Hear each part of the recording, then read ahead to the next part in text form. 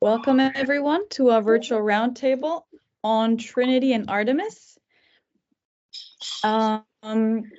We have some amazing operators here today who are going to tell you a little bit about their work and give you some advice and best practices.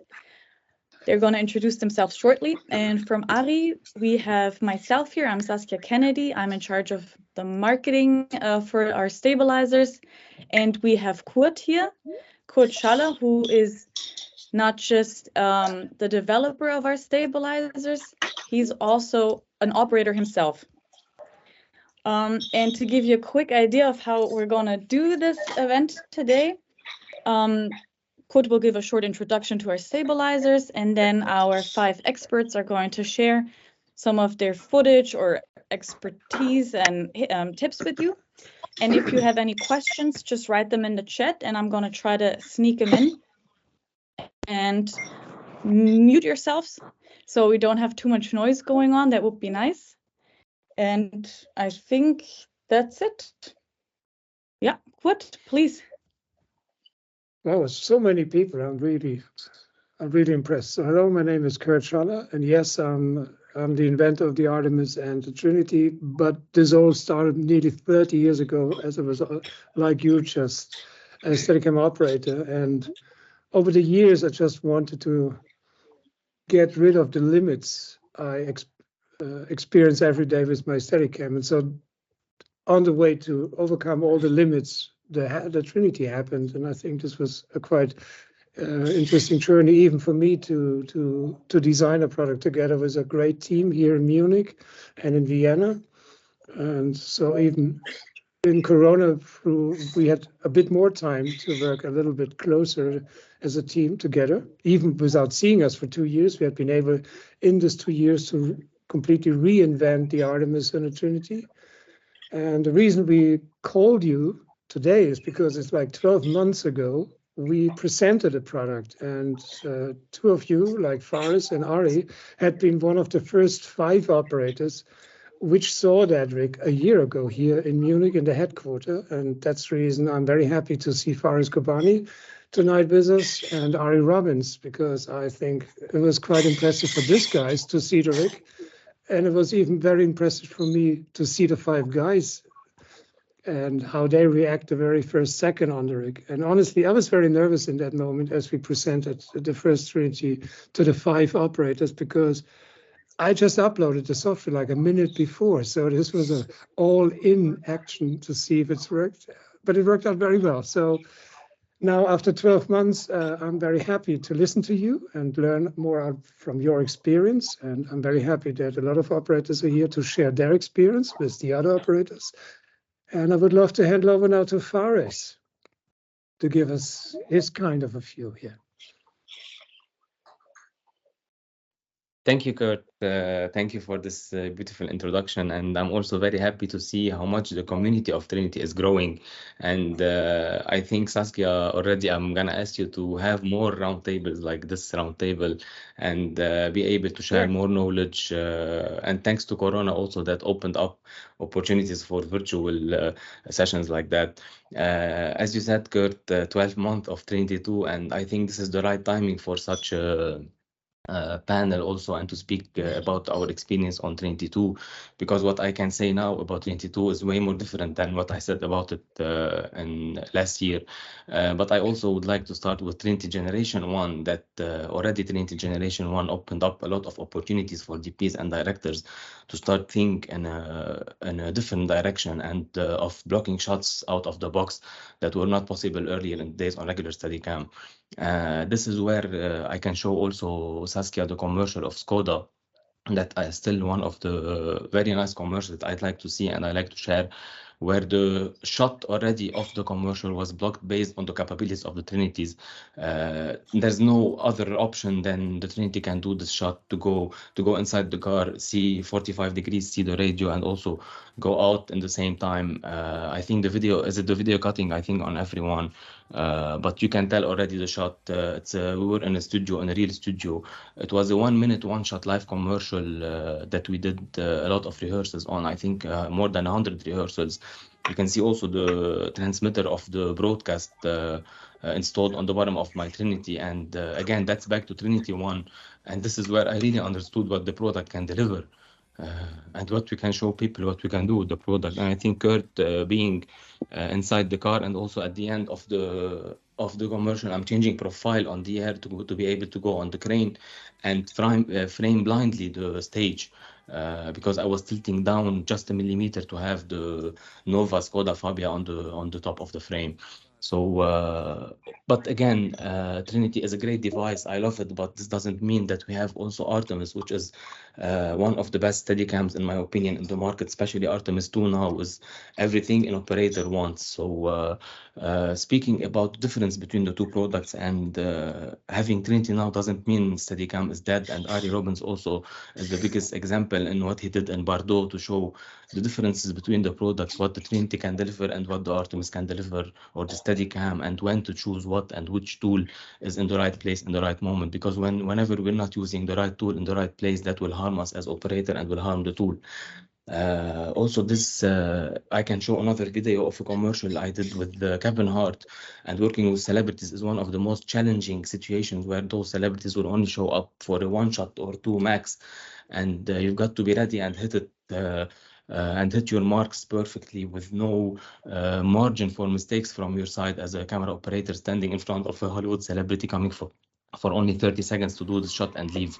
So this is where I personally pushed for Artemis instead of going for Trinity, because also the location you will start seeing now is indoor. It's a narrow situation where I don't want to add more complexity on the shot. So I decided to go regular Steadicam. We had the prompter also on the Steadicam, so we didn't want to go on Trinity and have more difficulties in the shot. So regular Steadicam, boom, this shot has been done in 1 shot only, boom, 1 shot, he left the frame. This one shot, boom, he left the frame. That's it. So this is why I called for regular Steadicam instead of Trinity. Again, it's very important also to show the differences between the two products, and when to call for what, and the perfect workflow, and how to communicate the shot. Artemis 2 is, again, as I said, one of the best products available for me now. I can rely on it, especially with the shorty post. I know if I have the shorty post, I have a beefy camera, the LF, the DP wants to shoot with a big LF, it's okay for me. I can put it and have the inertia and on the camera instead of the rig, and have a shorty rig, and perfectly lightweight for me to be able to maneuver and work on different sets, because, you know, this is for me a nice set. It's all, the ground is even, you know, we were discussing this before we go live. It's not always an even ground. Also, I can show another commercial I did recently, where you asked me to ask Saskia to share challenges we face in our industry. I'm gonna share a different story that we face in industry, not something we only face on set, but it's an accident that happened with me recently. We were filming a commercial in Saudi Arabia. It was a very nice commercial. You can play also Trinity 2 ad folder, Saskia.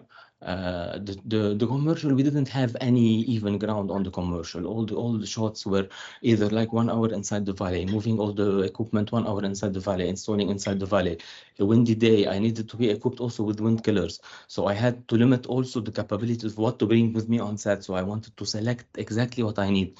Trinity 2 doing we had David Proctor, BSc, as a DP, one of the very good DPs I've worked with, because he's a technical DP also. He understands very well what the equipment can deliver and how to get the best out of the equipment. And this is something I appreciate a lot when we work with technical DPs, not only visual DPs, because a lot of visual DPs, they rely on us for the shot. You're the camera operator. I don't want to know any technicity. You're gonna do it yourself. I know you do your magic. Some DPs, they prefer to be involved. And this is where also I can speak about dual operating. Again, back to the accident at the end of this commercial. We were filming on a super yacht. It was a big one, 5 bedrooms. The Trinity docked on it. We left the shore. We couldn't be able to come back, and we started sailing. The moment we started sailing, I didn't expect any big waves to happen, and then big waves were hitting the boat.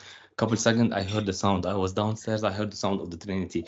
I went up, I saw the Trinity on the floor. I looked at the head. The head is bombed, the rods are bended, and then I immediately knew it's a total lost rig, because like no way I will be able to fix it and continue the job. So again, the footage you're seeing were from this commercial. It was a very nice and challenging commercial, and everything was working perfectly.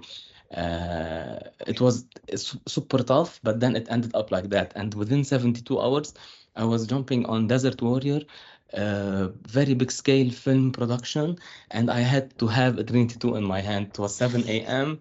I had to jump to Munich, manage the whole situation, and be able to jump to Desert Warrior, where we also were filming big scale production on a very, this is inside the studio where you see also.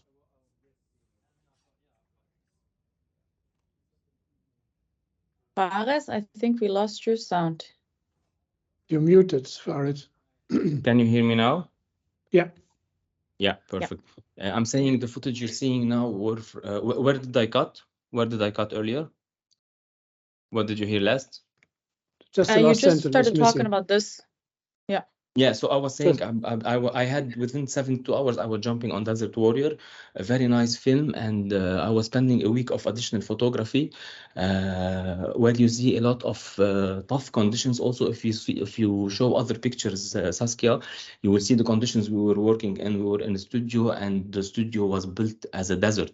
So we were in a desert, and they were reproducing a desert storm inside the studio. So I had to Which wrap is in as the much as desert. possible. Which is Excuse in the me. desert, by the way, correct. Just So you listen open the to door this. of the desert, They- you see a desert. So, and Sure. you know, always, this is something also I'd like to speak about, which is the setup. And I believe most of you as operators, you face the biggest challenge, which is the setup. Every time, like every setup is different than the other. I've never faced one setup consistent through all my career of since Trinity. I started in 2016 until now. From Trinity Generation 1 to Trinity 2, every setup is different, and every balance and every feel on the rig is different than the other. So it's always what to optimize, how to be able to do the best setup, where focus pullers also, they try to help us and understand what challenges we have and what are our limitations to have as the lightest rig possible, and to be able to deliver and perform on the efficient level that is required for us to do. If you show also other photos, Saskia, again, we were filming in a very deserty condition. You will see also one of the photos, you will see the thickness of the sand on the rig. So but the rig was performing perfectly, and we were working with, again, luckily, with a very good DP, Philip Blobash, PSC, a very good and technical DP who really understood the rig from day one and knew where to use it. We had a shot, we were doing shot over, we were in the studio, a canal, and a director, Rupert Wyatt, a very experienced director, came to me and said, I want the field to see the camera as if it's floating above a valley. And then I said, okay, then what's the easiest thing to do? Because the set wasn't easy at all to walk in, and it's a very challenging set. I spoke with the DP. I said, what about we use the wheels and we do dual operating here? This way I can count on you. You're going to do the role exactly on time, exactly the perfect position, and I will take care about only walking. He said, perfect. We brought the wheels. So also on the next photos, Saskia, if you want to keep going on the photos, so you will see the wheels. And what's nice also about the ARRI wheels now with Trinity 2 is that it's the same mechanical wheels as the ARRI gear had. So all generation DPs, American DPs, they all love this. Those as director Rupert Wyatt and Philip Blobash, they really like to work with wheels. I think the next one will show also the wheels. So it's the same mechanical wheel as the ARRI gear had, which will allow the DP easily to understand what's happening and to understand the position of the product, the rig. Where is the rig? Is it in high mode? Is it in medium mode? Is the camera tilted, not tilted? Am I rolling left? Am I rolling right? What is my starting point? That's my travel kit, by the way. So I thought to share it with you because I've been spending a lot of time with my travel kit. 2022, I did more than 92 flights with those equipment. And this is something also to mention, more than 92 flights and the equipment are still working perfectly. That was from Trinity and Trinity 2. So I know what I like to speak and benefit from this panel to speak about how rigid the product is and the build quality of the product. To be honest, after a huge experience with both Trinity Generation 1 and Trinity 2, I know I can rely on a product. I'm on a set of 300 to 500 people. Everyone will look at you the moment you do a mistake. So I don't want the rig to fail with me on set. I want to rely on the product, and I know that I will be able to deliver the quality I'm asked for. How much time do I still have, Saskia? You're really impressing me, Faris, because I never heard someone talk so fast. Because Saskia told me you sent me so much videos. I said no, I know they're not enough. We have to play this YouTube video slower. You know, usually you speed it up, no but in problem. this case, okay. So again, speaking about Desert Warrior, we pushed the product so much. We were working in a tough desert where a lot of sand conditions, and jumping a lot from Trinity, moving the camera to B camera, be able to deliver, having the wheels on standby.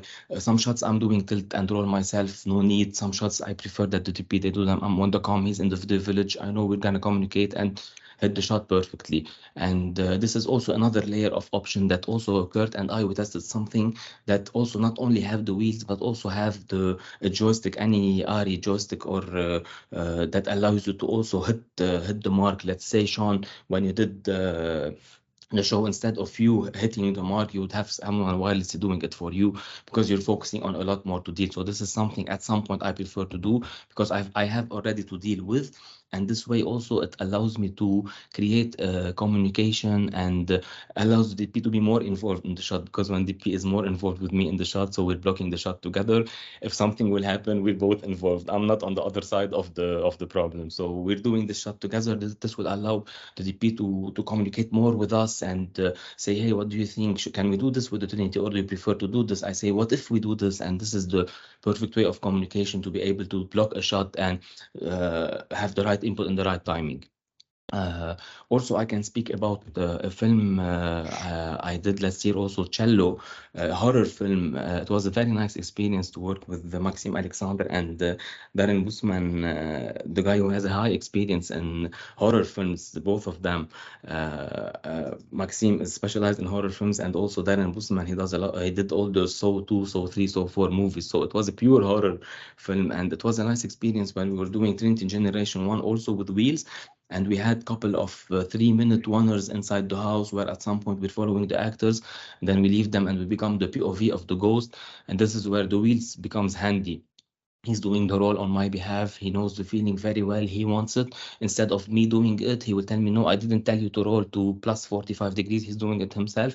We're rolling. We're perfectly doing a very smooth combination and harmony on set, and everyone was applauding after the shots. And we did also a couple of crane shots with as well Hollywood celebrities when we're still under NDA. Crane shots starting outside, going inside the house, finishing. And also at some point I'm starting, and then he's connecting after to the wheels. So that's also another experience on Trinity that allowed me to understand when to use Trinity and when to offer Trinity, or when to offer Artemis, or say, no, I'm going to push for Artemis. And what I learned lately is the best workflow is to have both on set, because they are two different tools. We as people coming from Steadicam background, we have an advantage for us that we're coming from Steadicam background, and then we jump to Trinity, because I know very well how to operate it. From the first moment Trinity was on my body, it became intuitive. It's easy. I know where is high mode, where is low mode. I know I just needed. It's what was missing on regular Steadicam. Trinity was only what was missing on regular Steadicam. So that's it. It's there. But I still push for regular Steadicam if I know I have a very narrow situation and I need to pull, and I need to do something in a very narrow situation, and I need more maneuver. I have some limitations. So this is where I push for Artemis. I have both products on set. I do a build based on both balances, and this is what I do. This way I know I'm delivering as best as I can. Saskia, since we have more time, we will not skip the FIFA World Cup commercials, because this was a nice commercial also that we shot for the FIFA World Cup. Also where Trinity 2 delivered a lot of very tough conditions also. The commercial was based on CG. So if you want, you can play the commercial by the time I'm speaking, and also we can show a couple behind the scenes. We were doing, it was like 22 days in Qatar for this commercial. What was nice to use the Trinity that it was supposed to do most of those shots on Techno Crane small job ops, and then we had the problem with the Techno Crane last minute. So hey, we said let's replace the Trinity too. I was in the middle of the valley. You will see a couple videos after. So if you want, yeah, you can play those videos exactly. So here I was standing in the middle doing exactly the shots that were supposed to happen on the Techno Crane. And then you will see by the end of this video, you will see when they will pan, I was following this bar. This is a VFX thing that they were replaced by a Tiger. And then this was where also Trinity helps. You have a gimbal. CG people, they love to have gimbals. They know the horizon is always stabilized. They have the references for them. Everything is easy. You hit the frame, boom, tuck, it's easy. So this was also a nice commercial that also shows what the Trinity for me can deliver and the conditions I can work in. And I know I will turn on the gimbal, hit the button, it's working perfectly, everything is there. I know I can rely again on the tool. So yeah, that's a nice commercial. Also, if you want to show the commercial, it's a nice one. It's the first video. And I'd like to also speak last thing, which is I think a good timing for me, about something recently we're getting into, which is in Trinity 2. It allows us to work between X mode and regular Trinity, the old regular Trinity that we all know, and then X mode, which is to go sideways. So X mode, I believe, will become now. I'm doing a couple of things. We tried. I spoke with Kurt about it, and we tried here in Paris. We tried to do a couple tests about the Trinity working only in X mode, only as a full X mode. So that will be something will be interesting, and you will show such a rig, because especially Trinity 2, the build quality is impressive. It's a rig that even the look of the rig is nice. It's beautiful. The colors, the labeling, the build quality, the materials used, and how solid the software plus the head is.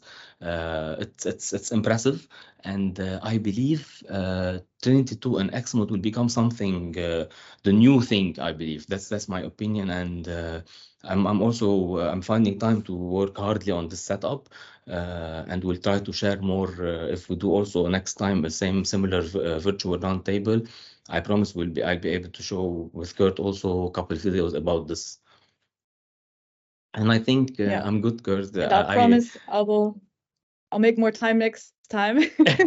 Perfect. We should go over to I'm done. Thank Ari you, guys. Robbins. It was a nice experience. Thank you so much, and also good job on talking so fast.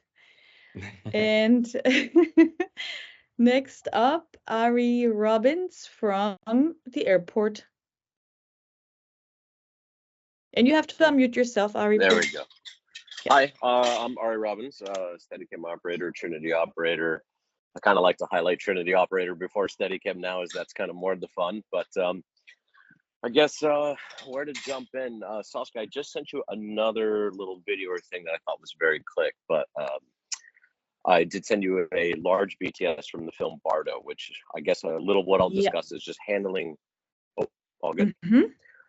Just kind of talking about what I've experienced between Trinity 1 and Trinity 2 with doing long shots and relying on the rig for, I guess, a longer, more challenging, complex one piece, and then where those come from.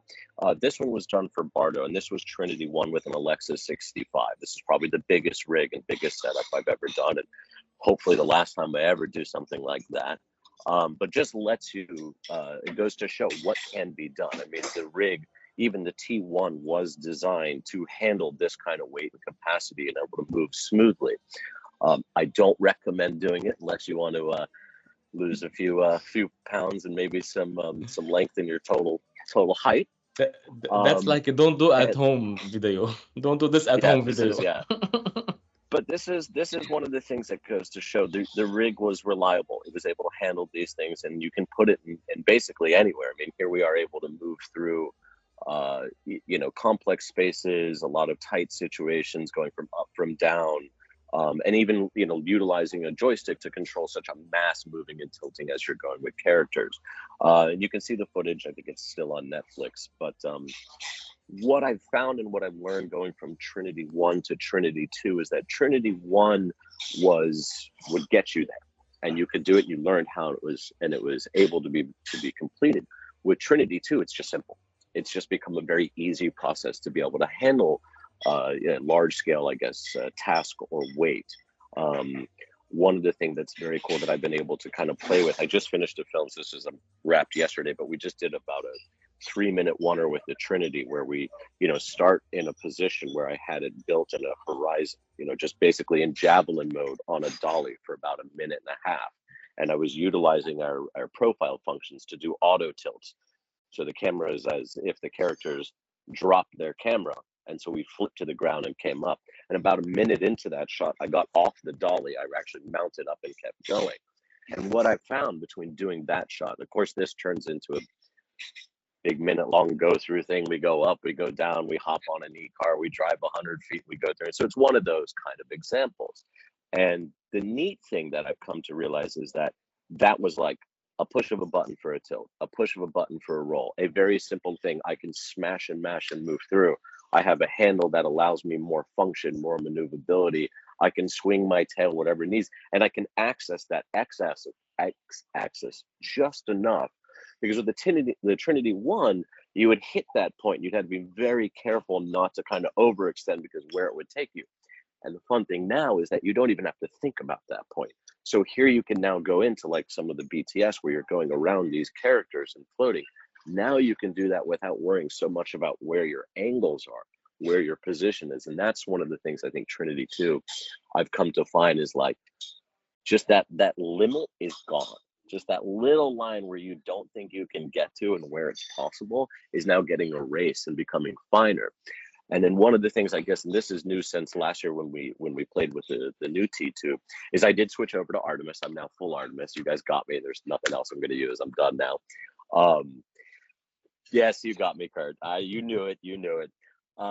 What I found, and this is kind of the cool thing, is now all of these parts can play together. So I can take a piece of my Trinity 2 and a piece of my Artemis and say, hey, I want to put this here. So I've even done things where I've taken, I'm like, man, I got to do a Don Juan on a hard run. I don't want to go to Trinity because I don't really want to do that. It's just not the thing. I'll throw it on the Artemis and I'll put my monitor on my handle. It's like there's so many different little variations and pieces that you can now play with.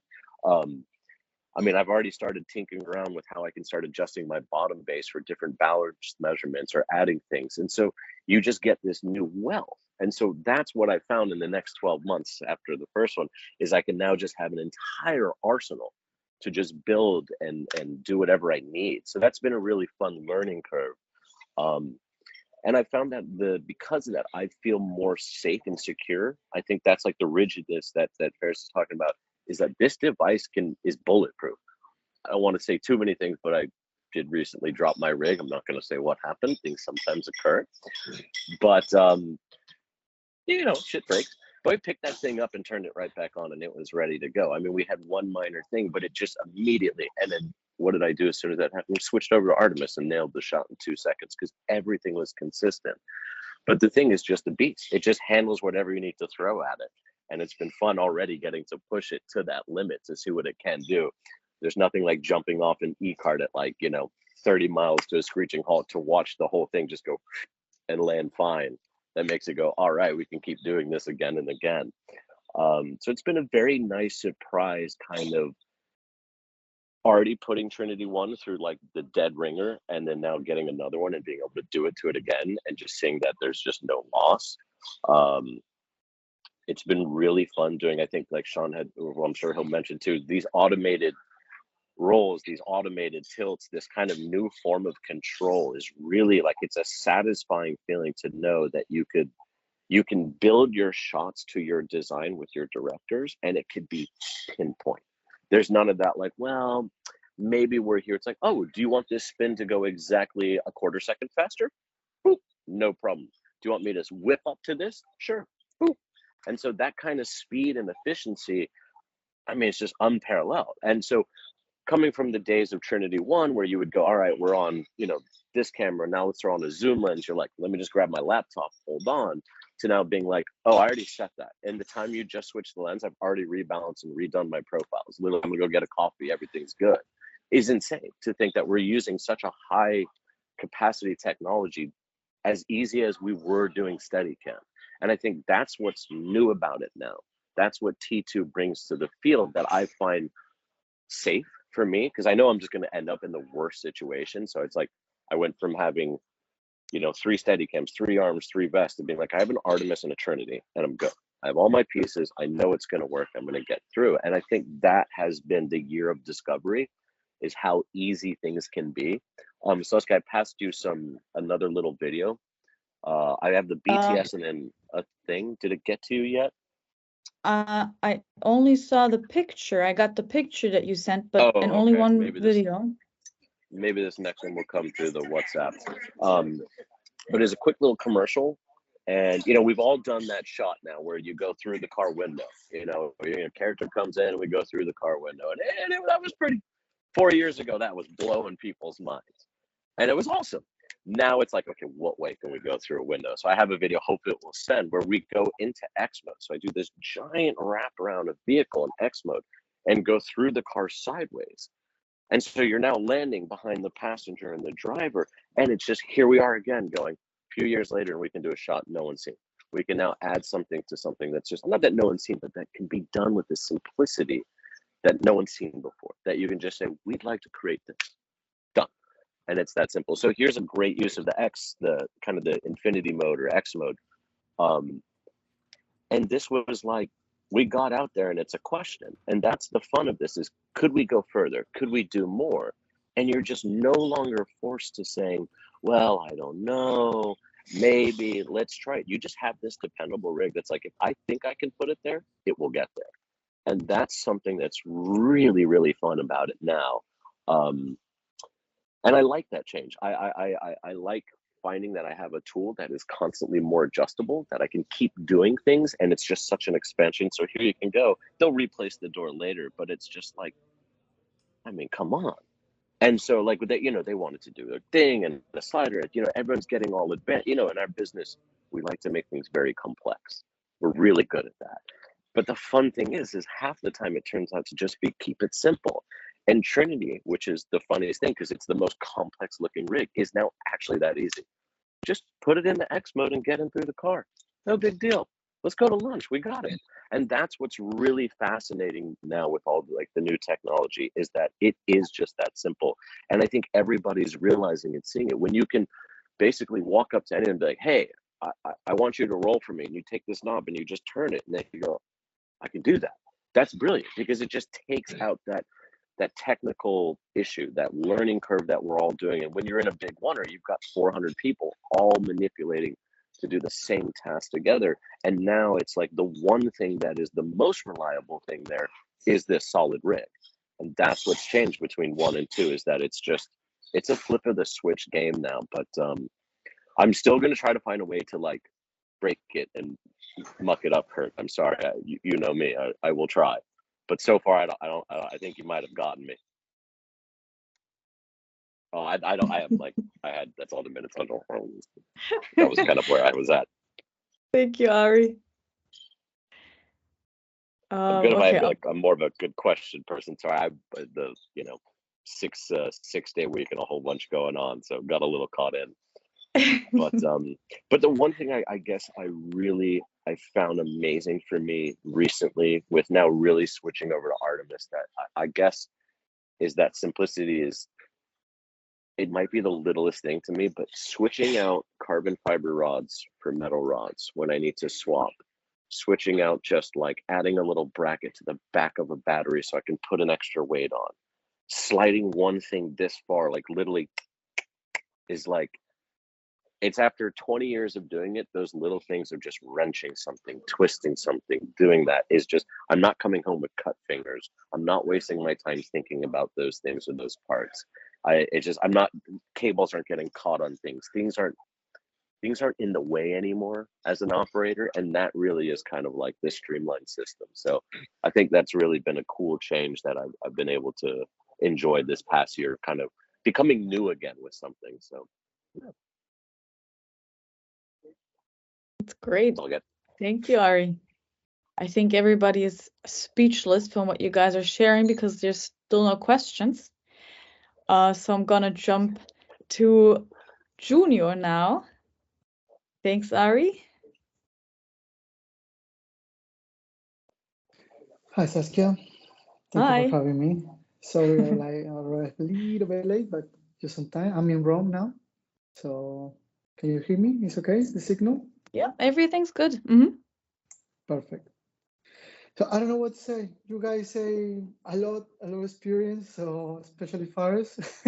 He went to all the necessary. But right now I'm still at Trinity 1, Generation 1.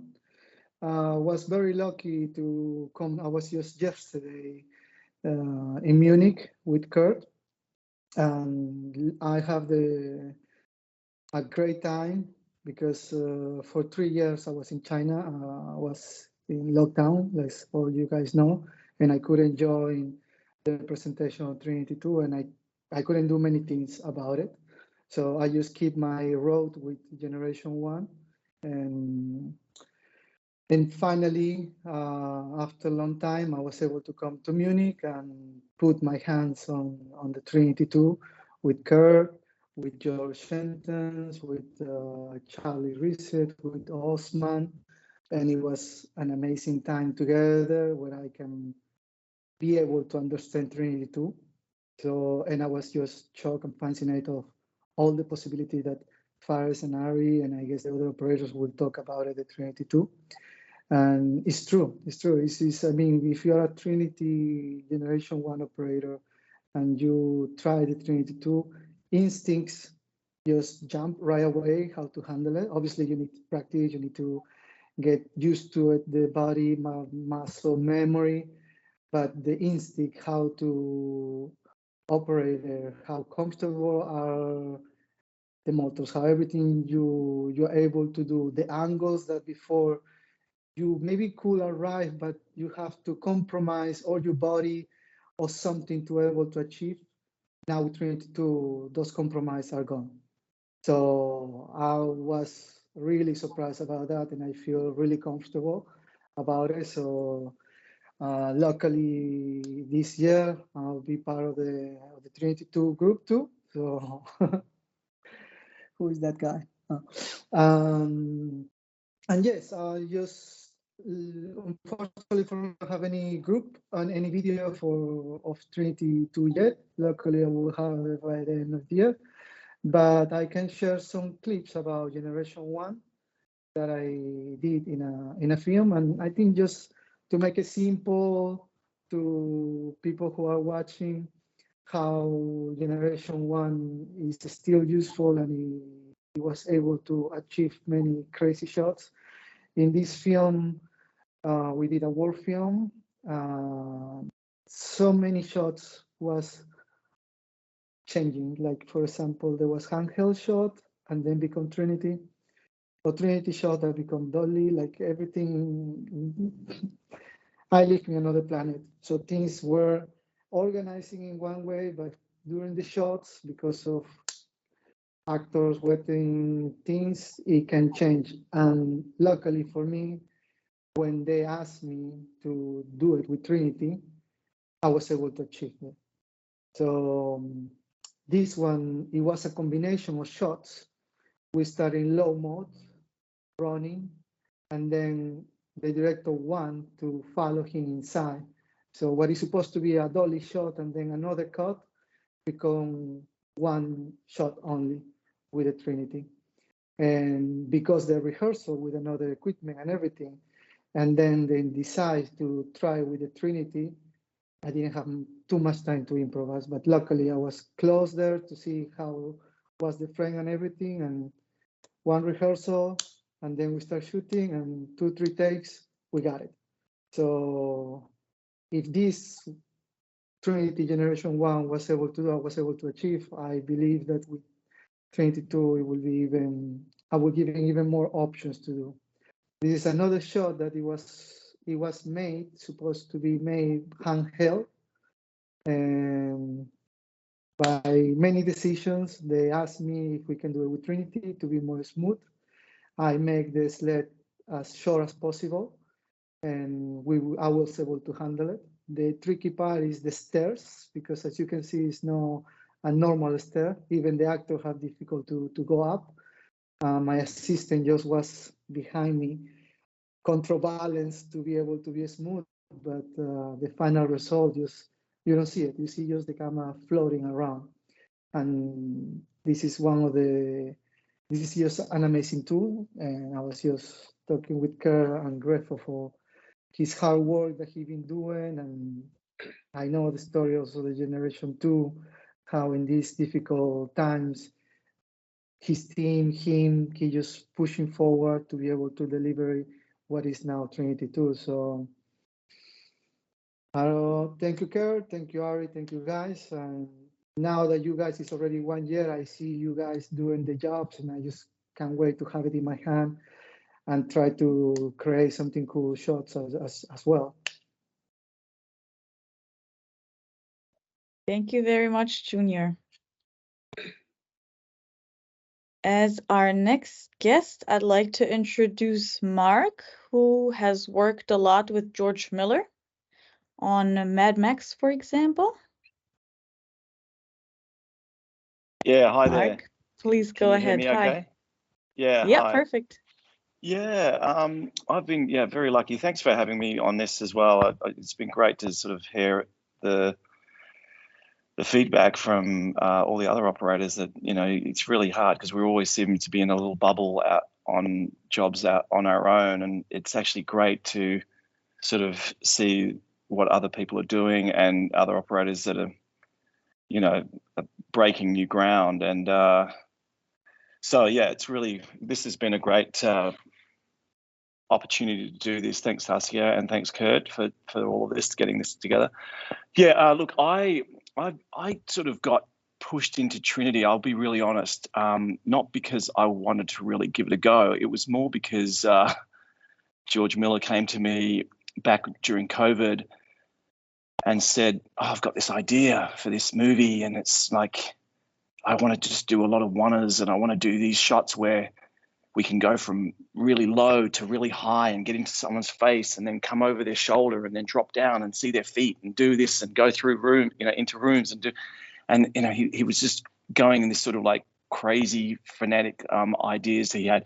And he'd seen the beautiful work on 1917 and that our friends did on that. And it sort of during that downtime that he had during COVID, he sort of really thought that, we should explore this idea of using the Trinity on this movie. And I still hadn't even had a look at it. And then so I raced down and got a chance to look at it when I was down in Australia. Kieran and a bunch of the guys down in Australia and Ari got me a look at the rig, and I tried it out, and it really was going to be the right tool for what we needed to do on this film. So I gave it a go, and I ended up getting the rig and having to pull off these shots that were way, way above my my ability at this time. But one of the things that I think Fares said was that, we do have this wonderful thing where being so comfortable with Steadicam, I feel like the greatest thing about the Trinity is that it's intuitive to being able to adapt. You can adapt to using the Trinity so well, and that's sort of held me in good stead. Anyway, getting to the shots that we wanted to try and do with the Trinity, it just sort of opened my mind to, and opened George's mind to this new world where we could really explore shots that no one has ever really had the chance to do before, and there was no other device that could do it.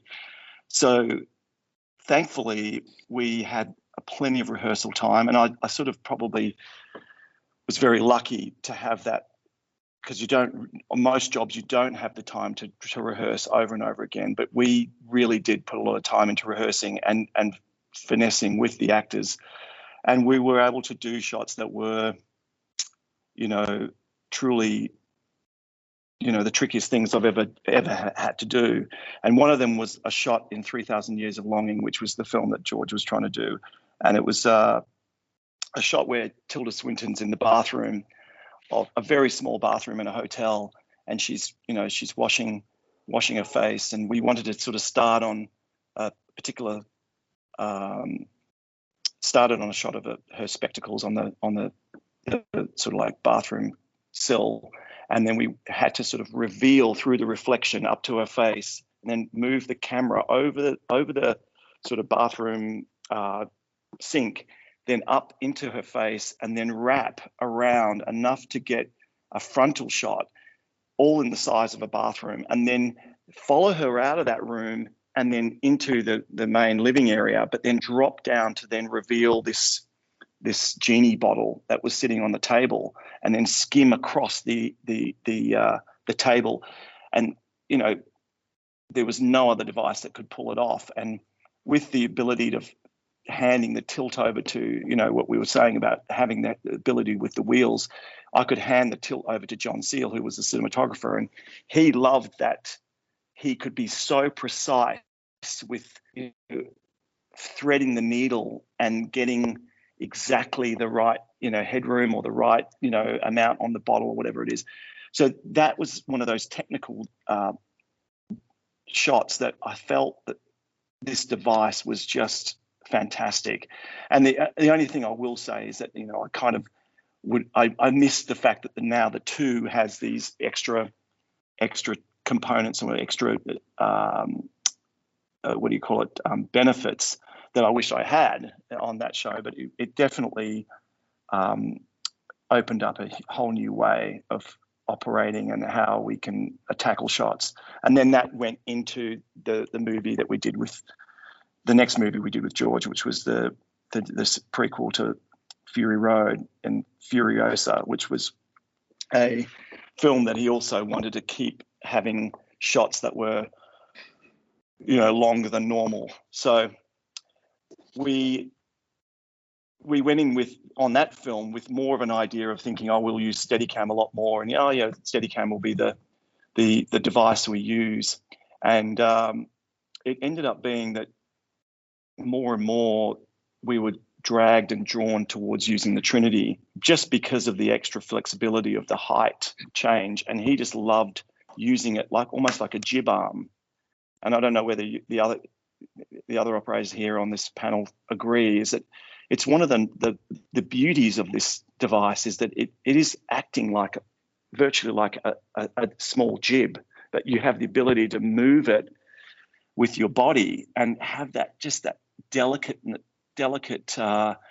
changes to the frame. And that was the thing that George Miller really loved about it, because I would often pitch a shot which would be what would normally use a Technocrane or some sort of smaller Technocrane, and he would just go, no, I don't want to be limited. I don't want to be stuck to that mechanical, rigid kind of device. He loved the fact that this device that we, you know, through the Trinity was just organic, and it had this breathability, and it wasn't completely perfect. It was it was still acting like something that a human has influence over.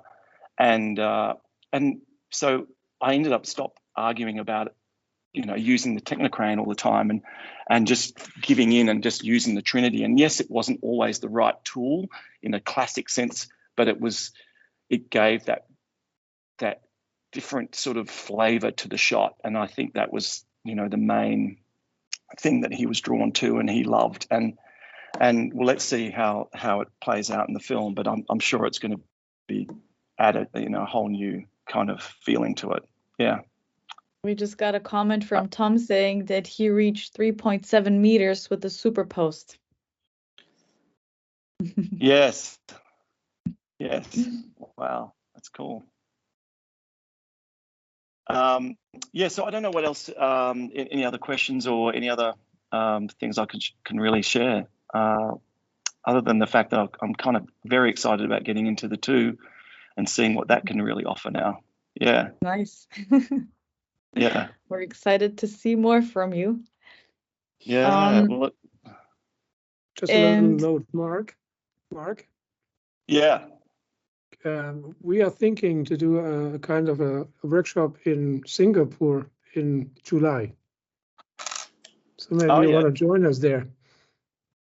Yeah, that'd be great. Yeah, it'd be terrific. Yeah. You know, like yesterday or 2 days ago, they already opened a new office, And so we said, okay, let's come over, because also another guy from Australia will show up.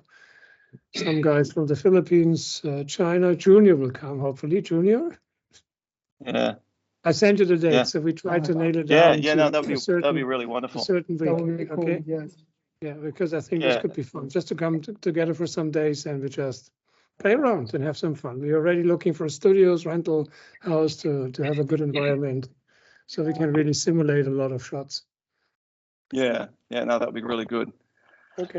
I'm I'll actually keep you- heading over to Europe very soon to finish off this movie we're doing with Bono, which will be really quite exciting. We're doing this whole Where are you shooting?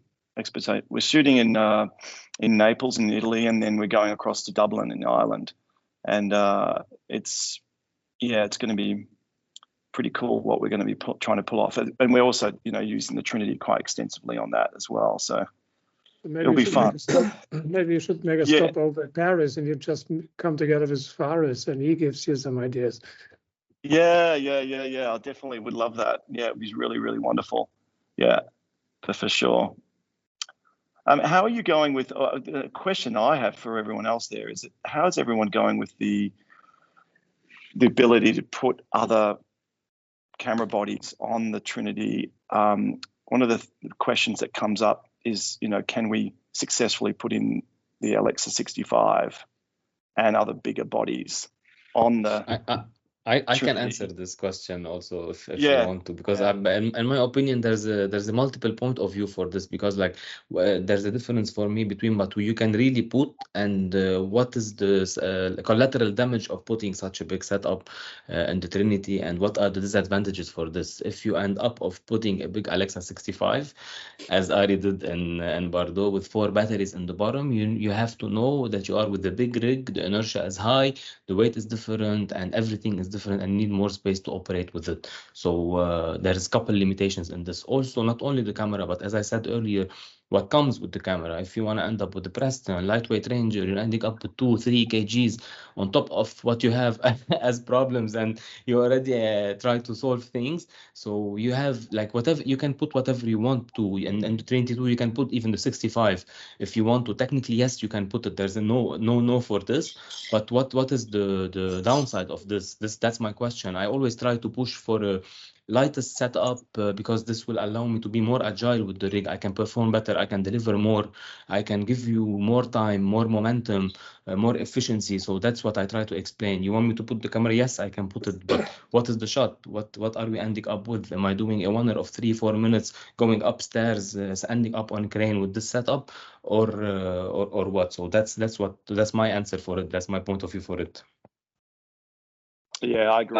I think it's It's absolutely doable. I guess it's doable for the Trinity 2. I haven't tried that yet, but the Trinity 1 it is. But overall with larger cameras, and that's really kind of a thing I've got to spend a lot of time with, unfortunately, is larger builds. I think my first job with it when I brand new got it was an XT. That was way back then. Ferris is right. There is a certain amount of collateral damage you are going to cause your rig when you are pushing that much weight, albeit it is doable. The hardest thing I think to control, which I actually find very nice, I like it, is your pendulum and your mass is just moving so much that you just have to be more aware of your ins and outs, your positions for being in.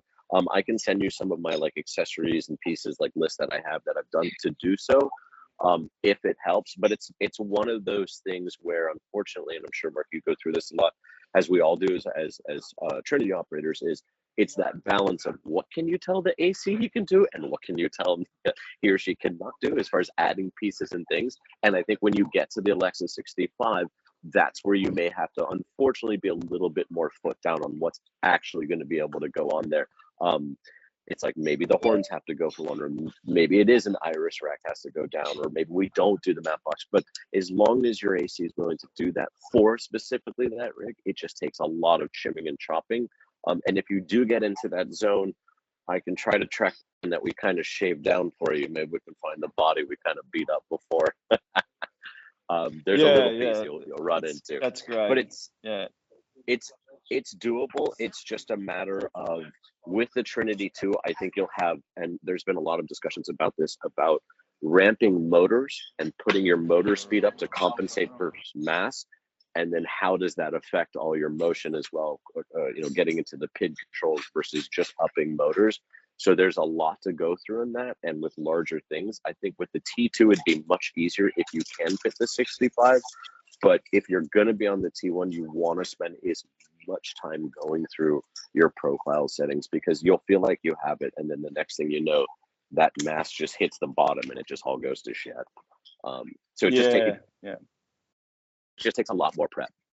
I actually find the Venices are harder, to be honest. Venice builds are harder than Alexa 65 will be. And also, I especially just now, love the Venice, especially now, what with the Trinity 2, we always have an interest to keep the camera in the middle as much as possible, because what we're looking for in the Trinity 2, in case it pops out last minute, is do a 360 and be able to do it 100% model while the camera is sitting exactly in the center of the ring. So having additional components would put a lot of limitations on you. Like if you're gonna end up with 3 motors, the press and the lightweight, all of this, so you're gonna have to compromise, and then you're gonna end up, if you're shooting with someone, you have only 30 seconds with, and you cannot go to the DP and say, sorry, that was my mistake because I did that and I had to put this. So again, it's about compromises, and it's about what is the shot, what is required for Trinity 2, what's the camera, is it that much needed, then why I push for regular Steadicam instead of Trinity 2. Yeah. And that's what I think with this job I'm on now with the Alexa 65, I've really been drawn to get the DP to agree to just having it on the Steadicam. And then the Trinity has the Mini LF, which has, been a really nice camera to fly. And, and it really does give you the full flexibility of the real function of the Trinity, rather than being limited by, as you say, the collateral damage of having something that you're then now trying to make work as a, definitely. On that note too, get extra of all like posts, springs, socket blocks. It's actually not going to be, the funny thing is it's not going to be the Trinity that's going to actually let you down. It's because, and I don't mean to knock any arms or vest or any pieces like that. This is nothing to do it. It's just what happens is you get to, when you're on a dolly and you push too far out, you can snap your socket block because the weight gets that far. Surprisingly, with the Alexa 65 in there, that's actually not that far away from where your body can actually get. So there's a moment, and this actually happened to us too, where we just went down, like big boom, and you could just feel the socket block just go, and it was like, all right, throw that one out. So it's actually some of those other pieces and components that will actually take more of the torque than the T1 will. The only issue, I think we solved it too, is like, you don't want a double extension, you don't want a triple extension or anything like that. You have to be careful there, but it's actually more your arm and other pieces and little posts. Like anything you use with that build of a setup should be kind of used for your specialty big build, and then throw that shit away, because all of the metal is going to get warped and bent. Even sometimes I think we bent carbon fiber posts from doing it. Like, it's damage, but you just have to know going in. Like, that's one of those things. It's like, okay, if I use my extension piece down here, then after this show, it's like, we're replacing it. That was probably the thing I would have learned with doing it, is like, I should have just swapped everything out afterwards. Yeah, makes sense. All right, we're getting closer to the end, and we do not want to miss Sean Flannery, who might be the first person to introduce the Trinity 2 to broadcast. Hi, how's it going? Thanks for having me. I guess I can pick off of what everyone has been saying, but so I do a lot of broadcast work, and I started doing, I first did Steady, and then I got the Trinity about 5 years ago, Trinity 1, which kind of was, I guess not life-changing, but it was definitely a great foray into broadcast that hadn't really, I felt like, been tapped yet, at least here in the States. And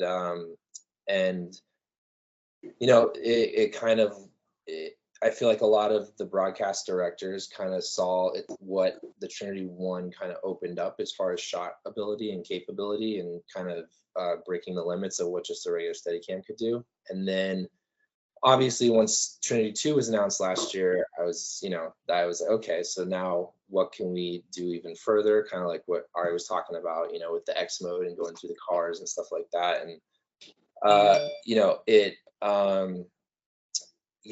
got my Trinity 2 about 2 weeks before Super Bowl, and I actually had used it the week before on the Grammys, and there was supposed to be a couple roll shots that got canceled due to some talent things that I can't quite say. But anyway, this wasn't this was the Grammys, but this shot never made it because if you're watching, basically this was Harry Styles. We were rehearsing, and basically they're on a circular round table disc that's just spinning, and they wanted me to go on it and basically move around with them. And we rehearsed it probably, I don't know, 6 or 8 times, and it was moving pretty quick. So first we just rehearsed it without the rig at all, just stepping on just with the arm, and then we rehearsed it a couple times with the rig, and eventually we got it. I think at one point almost rolled my ankle, because basically as I step off the steps here, I'm on camera live. You never saw that shot because during the main show, as they were doing this, I guess what happened during the commercial break is as that set was installed, something happened where the polarity was reversed. So as I was about to go up, the disc was spinning the opposite direction. And so I had no way to actually get on and get off. And all the dancers were kind of confused because the choreography was totally backwards, essentially, because they were spinning the opposite direction. So there was there's this, and there was another shot where really it would have been the roll we would have done a roll going into Lil Wayne performance, but about 10 minutes before he was supposed to go on, that performance was taken out. So they had to like literally adjust everything, and I was like, oh, that was going to be the roll. So I was a little bummed about that. And then the following week was Super Bowl, and Hamish Hamilton was the director, and we kind of pitched some ideas to him about what the Trinity 2 can do. And so we rehearsed it. It's funny, we don't get to rehearse halftime show that much. We only get to rehearse it about maybe 8 times over the course of like 4 days. So and what's funny is we only rehearsed Tuesday, Wednesday, Thursday, and then Friday, Saturday were dark, and then Sunday was the show, and we only rehearsed it about 2 or 3 times a day. So this was actually where the roll was supposed to occur, because it was kind of like the beat builds and everything, and it was just the dancers dancing. So we thought that'd be good. It didn't actually happen that way because it got stuck, and it was a beef, going towards what Mark and Ari and Fars was talking about with the beefier builds. You like they said, you kind of run into sacrifice. This was a Sony Venice 2 with all the broadcast stuff. Why I had a focus puller. I think, we were on a WC4 with a RF mini motor, so that helped, but we had a huge lens, so I had a lot of counterweight. So the roll basically ended up getting stuck, and then it wasn't going to work. And then later on in this clip where Rihanna is walking profile, I accidentally basically hit the programmed roll button, which she ended up liking. And so that's coming up right here, is where we threw in the roll. And it's like Ari said, it was so great because, a lot of times in broadcast world, as the operator, you're controlling zoom, focus. And with the Trinity, it's zoom, focus, tilt. With the Trinity 2, I'm like, how the heck do I do zoom, focus, tilt, roll? But because of the master grip, and luckily, hey, on here, I had a focus puller. So that was one, axis I didn't have to worry about. But zoom, zoom, tilt, and roll, even then, I'm like, okay. But, with the ability to just hit the button and just time it perfectly with the roll, it just makes things so much easier. And I think that was the big difference with the Trinity 2 for me, is it just streamlined everything, and it made moves like that a lot more achievable and more precise, in a redundant fashion. And so and also working on like more commercial music video stuff, the ability to hand off the wheels to the DP is huge. I mean, like you said, like a lot of the, DPs still like to have that control and be involved in the shot. So I think that's one thing I've had one request to do on a commercial about a couple months ago, but unfortunately the radio modules weren't available yet, so I didn't really get a chance to do it. So I was doing the role. However, moving forward, it's definitely a great option to have. And talking about what Ari was talking about with not even so much the creativity, the freedom of the the creativity you can do with shots, but the ability to just dial in a setting and just at the click of a button do it. I did an AT&T like golf commercial or something a couple months ago, and they needed to shoot 9x6 or 16x9, and then also 9x16 because they wanted to fit it social media wise. Instead of having to constantly rebuild the camera, it was the same shot over and over, just different aspect ratios. We literally just programmed the camera vertical and then horizontal, and we do the shot in 16x9, and then it was like boom, hit the button. Okay, now we're 9x16. Let's do it again. I mean, it was a commercial that I think we were wrapped by like 1 p.m. It was great. Like we were in at 7 and done by 1. It was awesome. And it's not just in those cases. And I find that a lot on some commercials. Sometimes it's not necessarily, you don't need the Trinity for the shot, but the shot list is so demanding for the day. The Trinity, you can get the camera to wherever you need instantly, and it's stabilized, and you can just bank out shots. Taxing on the body as the operator, but it's become just an efficient tool to get through the day as well. It's like Ari said, it doesn't need to be complicated. It could be very simple. Like, let's just get this done, and it's great. So that being said, like Far said, there's times where I've been asked to use Trinity on a broadcast show, and I'm like, this is not a Trinity job. Like, guys, this should be a Steadicam. Like, it's just, there's no room. And which leads me to the Artemis. I also I'm loving the Artemis. Like, I have a couple other rigs, but man, the Artemis 2 is with the shorty post and the steel rods, like, it's money. It's awesome. I love it. So it's solid. And I think that, speaking to the build quality, like everyone's already commented on, it is a solid piece of equipment, and just the ability to be so modular and just make finite adjustments to balance the rig really is, I mean, in my opinion, it's a game changer, and that's, I think, why I love using it so much. And then, going off of some of the stuff that Fars was talking about with shooting in the desert, I think, did I give you those Rihanna, the X Fenty shots with all the dancers and stuff?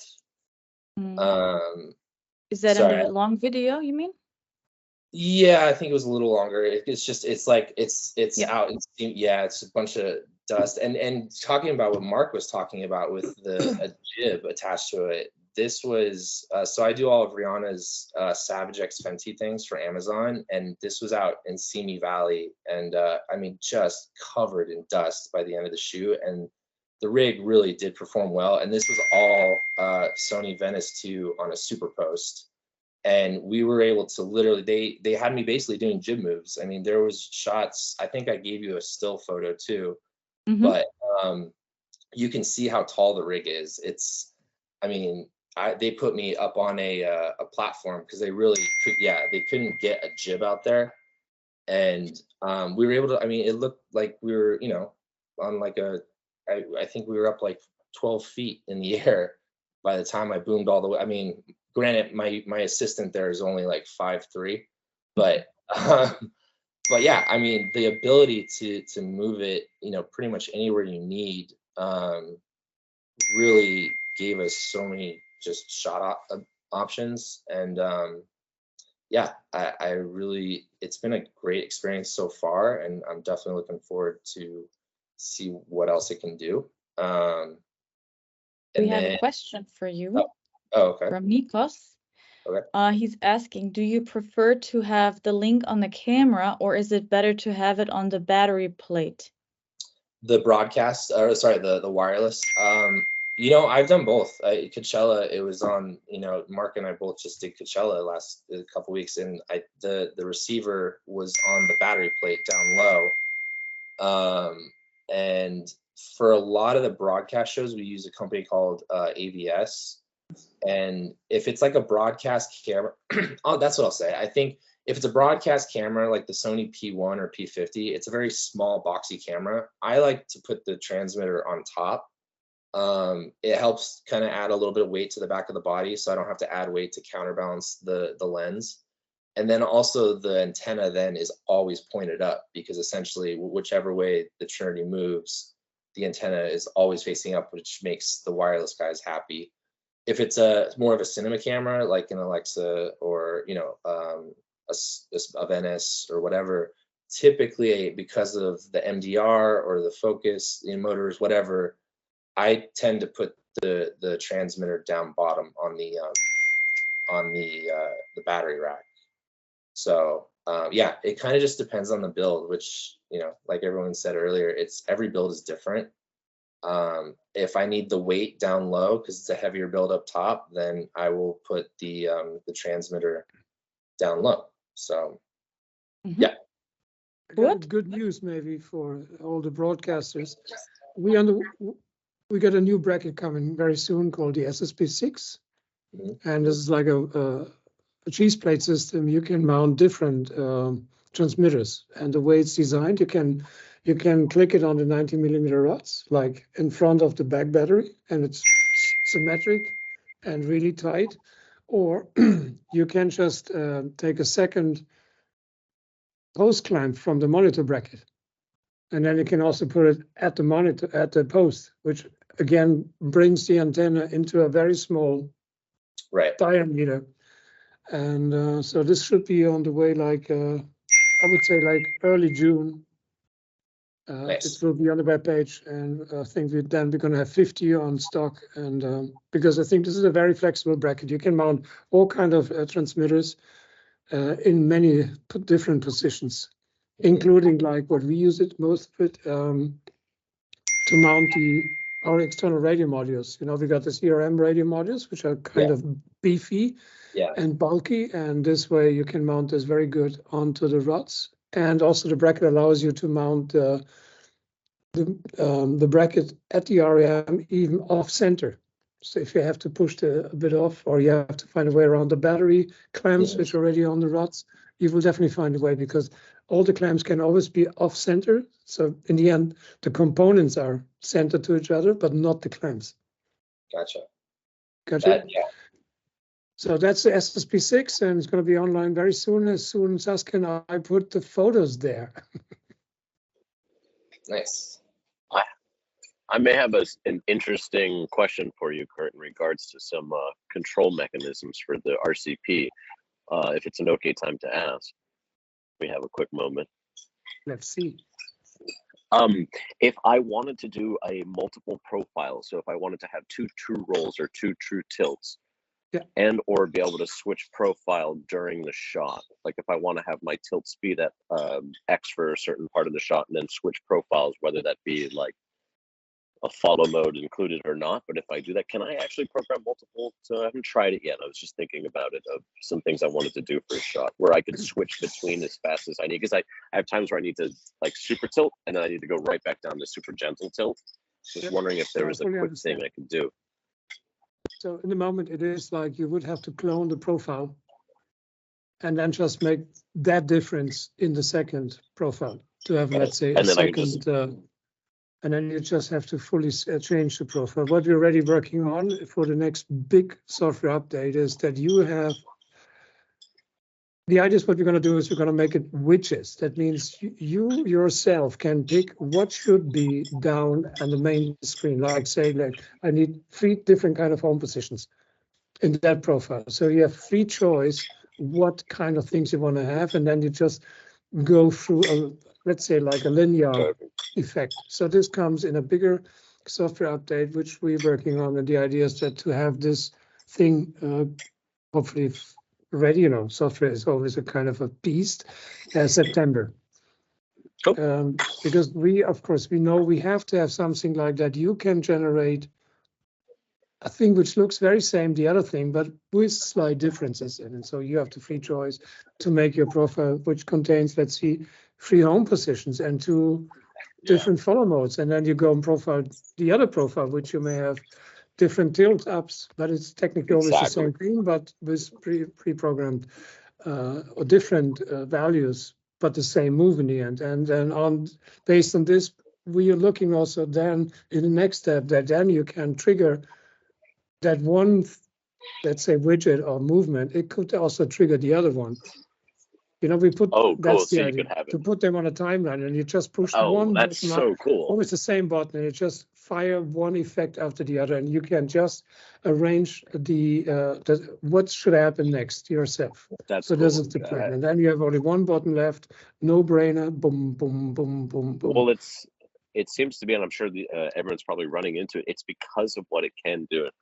It's like we are becoming more, like what Sean said, it's like we're starting to get utilized for more and more things, and it's almost feeling like motion control aspects and visual effects oriented things are starting to get thrown our way with like roles and different, because it's such a, you know, automated opportunity. I think people are starting to realize it, and they're saying, hey, you know what, isn't this help us when it comes to that, like those motion control as shots or things of that. So that's cool. Very cool. And also coming back to something that Faraz said in the beginning, last week, Faraz and I played around to put the master grip also on the director's side.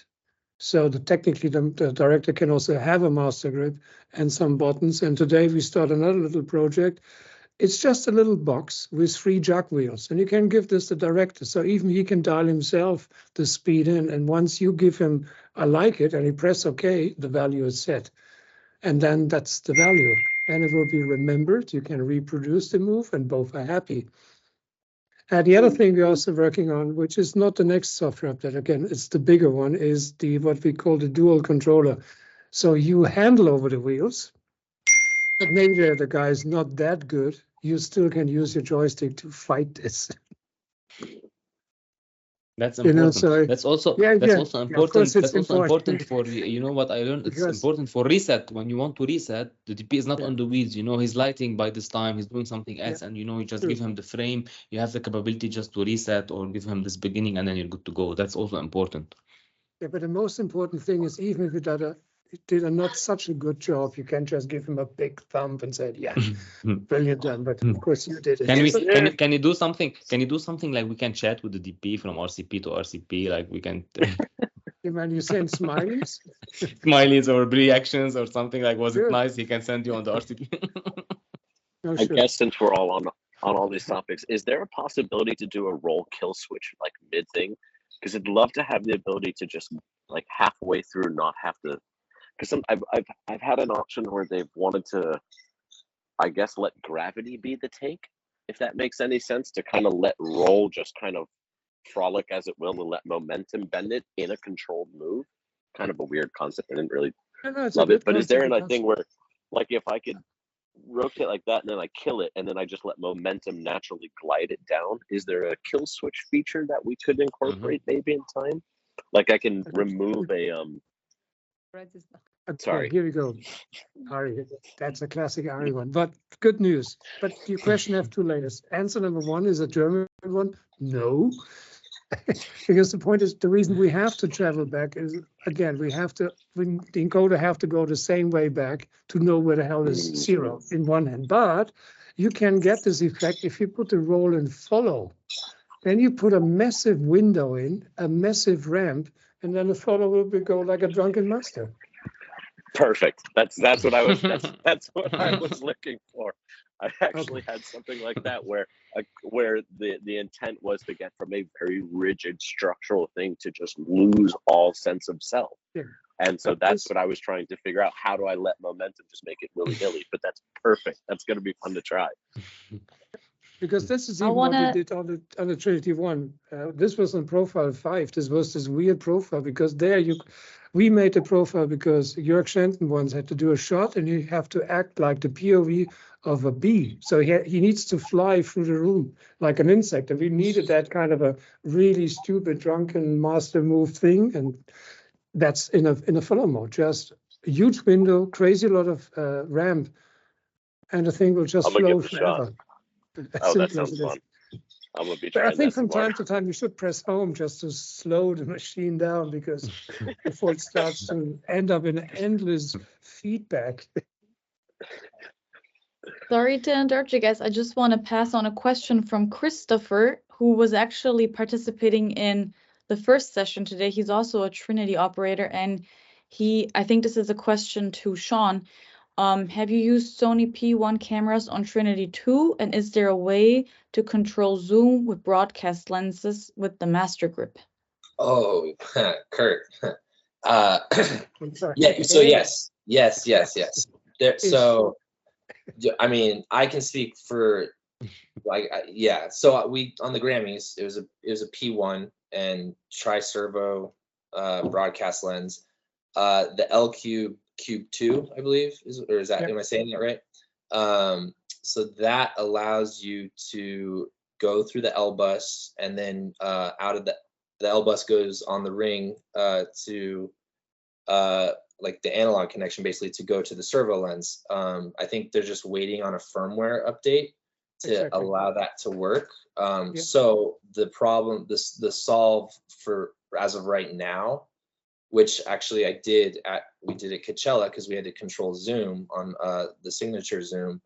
You just get 2 C-Force mini motors, and you have to put the right gear pitch, and that's what I did at the Grammys. I had a C-Force. Well, this is going to sound crazy. So in that scenario, I had to do zoom, focus, tilt, and roll, even though the roll didn't happen on the Grammys. So basically, here's what I did. Because the L Cube was not, because the L Cube wasn't working quite yet, we got 2 C-Force mini motors, and we put the gear pitch for that lens on there. And they're all daisy chained through the L bus. So you can then assign the L bus to obviously on the master grip. However, I had to control tilt. So I have one of the joysticks to tilt.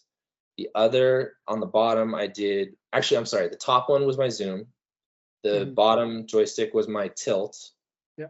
And then what I did is, and this was a big question that I asked Ari before I did it, and we weren't quite sure, but in theory, we were like, oh, this should work. I bought the Ari OCU1, the little focus wheel, and I mounted it off of the gimbal handle and put it right on the back side of my middle finger. And so, and I daisy chained it through the L bus, and you can tell it to control the focus motor. So basically I had zoom, zoom, tilt, and then I was doing this to roll my focus.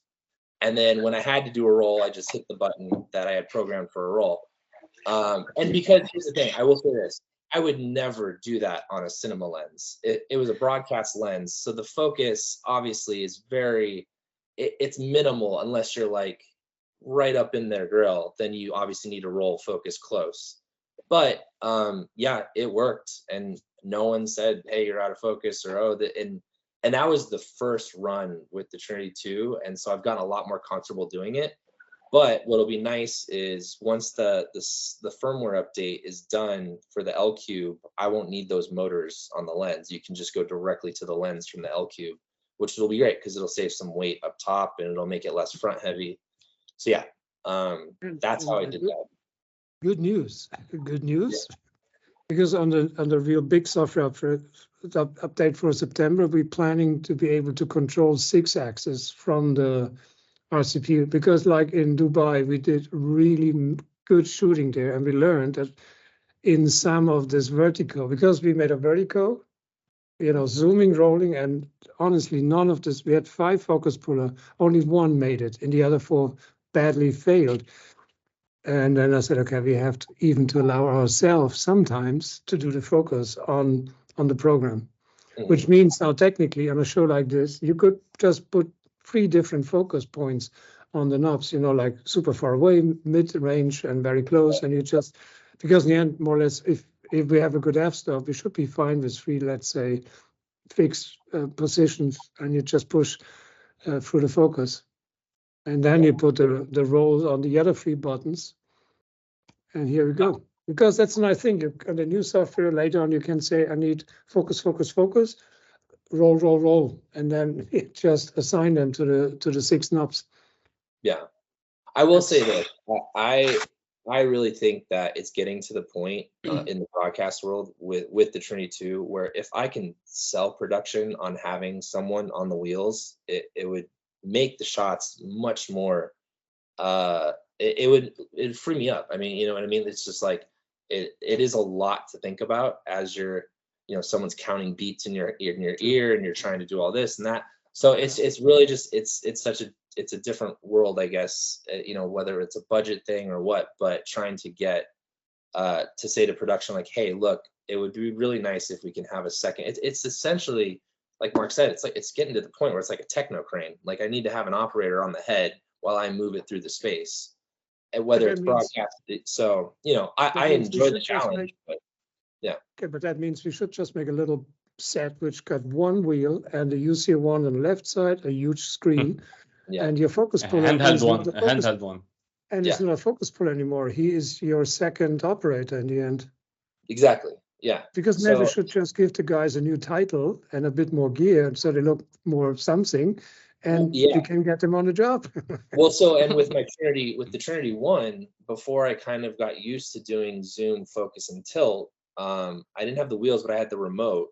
And there were shots where, and I started calling my assistant, my you know, Trinity tech essentially. And if it was the hardest shots were the gentle tilts with a slow zoom as I'm trying to move slowly.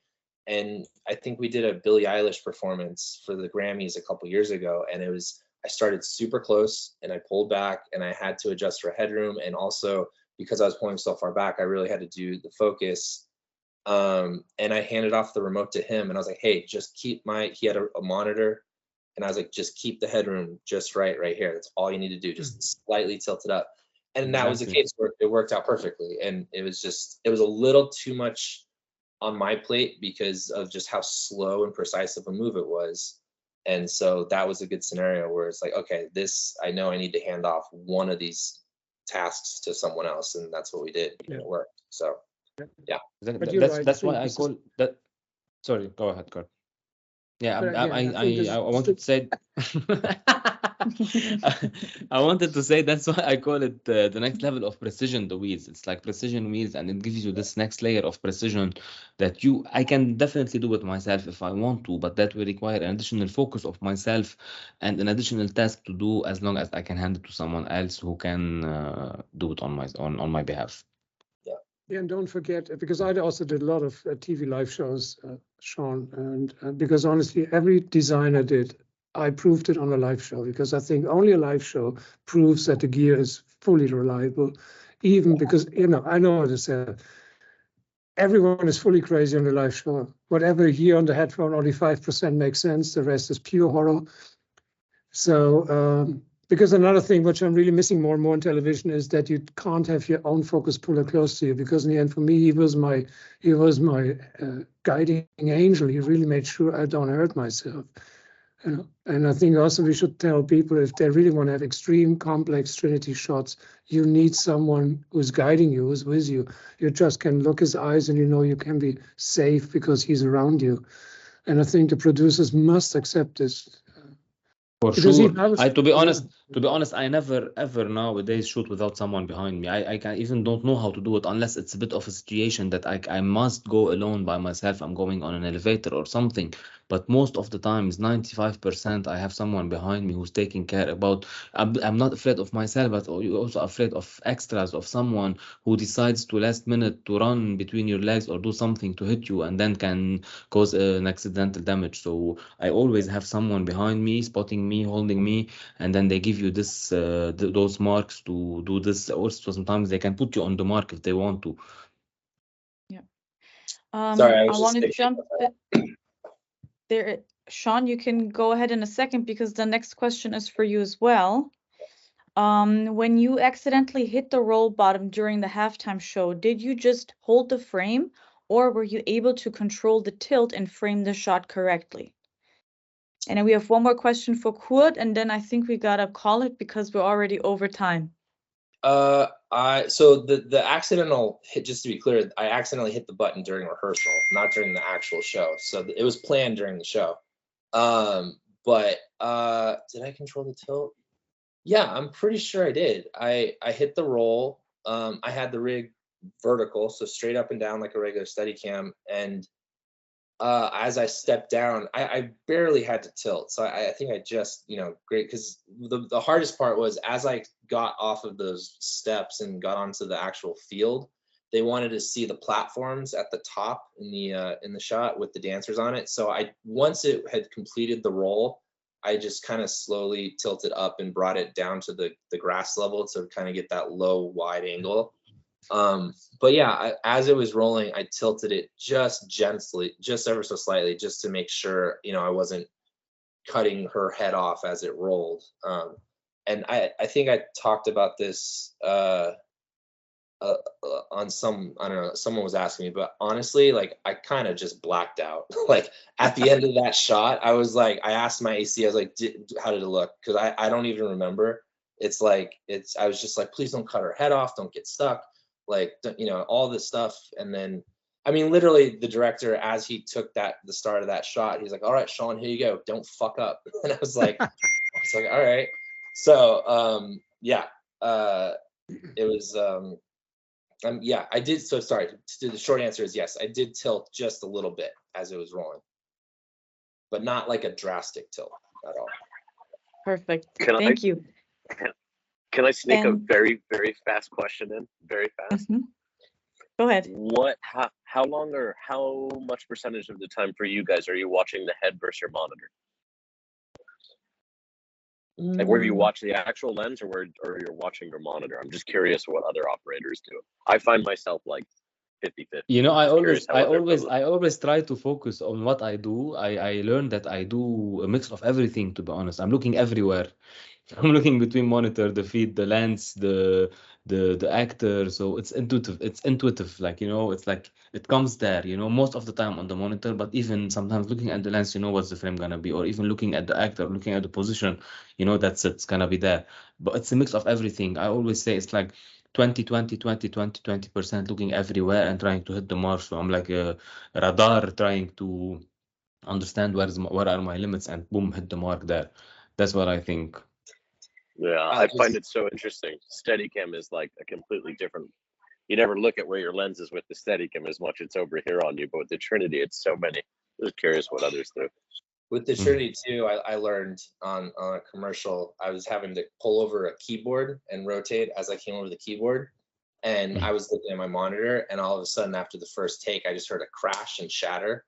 And I didn't think about it, but the new cable that hangs, so it gives you the rotation, totally just caught a pot and pulled it right off the table. And I was just like, because with the Trinity 1, obviously it's just that short little cable and it's up tight. So I just did not. So now I'm like looking at that cable to make sure I'm not, getting caught on anything. So yeah, it's like back and forth, I feel like. And Kurt, last question to you. Why does the RF 2400 antenna hit the tilt axis, and how can you avoid that? Just steal one of the mini antennas, which got this little pivot, and exchange this. You can use any antenna. The duck head antenna. Yeah, you can also take the little mushrooms antennas. Because normally, as I remember, we send two antennas. We send a set of two antennas. We have two stiff and two flexible antennas normally in the set. That means if the flexible antennas are missing, maybe the first AC put them onto the camera. Because we sell it including the right antennas, of course. All right, we're already over time. Saskia, just before we close, and I still have the curiosity to see that there's someone doing a gear check on Trinity 2, and he went live with us for the show. I would just want to make sure how's the gear check going with him. Like, is all is good? He's showing up with the rig doing a gear check. That was quite epic. I think it's very. Yeah. And he's not even listening to us. It's okay. We just see him.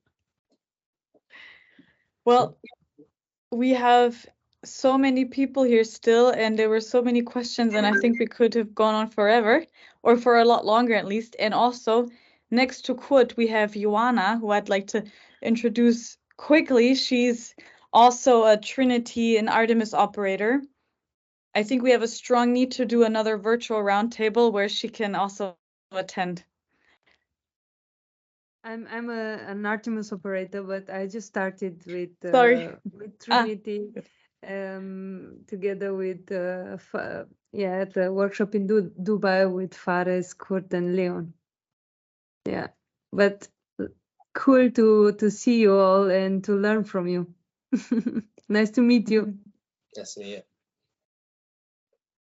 All right, so I just sent a message in the chat with an email address in case any more questions come up. Please feel free to send the questions to the email address. And thank you to Sean, Fares, Kurt, Ari, Mark, and Junio, and also Joanna for participating and taking the time to share your experiences. And thank you to all our guests for watching and sending your great questions. Yeah, thanks a lot, and have a great rest of the day and night. Thank you, As we everyone. said in Top Gear, on this Bye-bye. bombshell, have a great day and have fun and a lot of luck for the next job, right? And let's do this kind of sessions as soon as possible again, because I think this is so much fun to sure. listen to, For to sure. exchange the knowledge and listen to good stories and see some good footage. I really love this format. So what's about, we're gonna see us again in 6 weeks? Should we set something up? In for it. Perfect. Absolutely. So thank you so much for your time. Thank you, everyone. Thank you, everyone. And I'm really touched and proud about your work, I have to say. Thank you so much.